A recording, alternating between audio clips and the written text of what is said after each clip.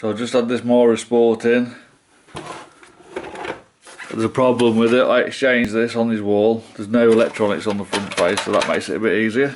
There's a fault in it. I'm just going to try and find it.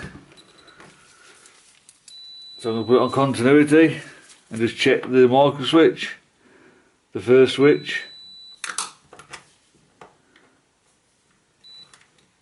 So the on and off switch is working fine.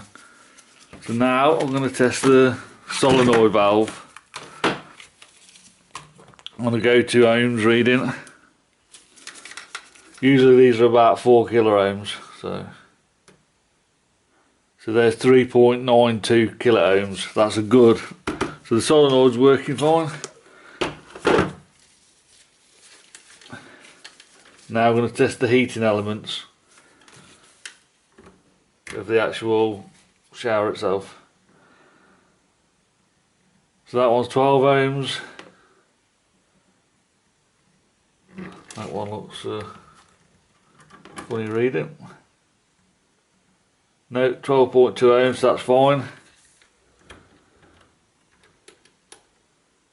And the thermal cutout's got no continuity across there.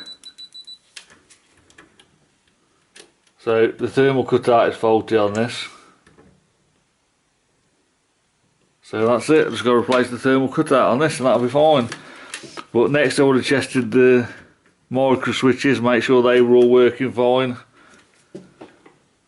And that is it. They're pretty simple to work on.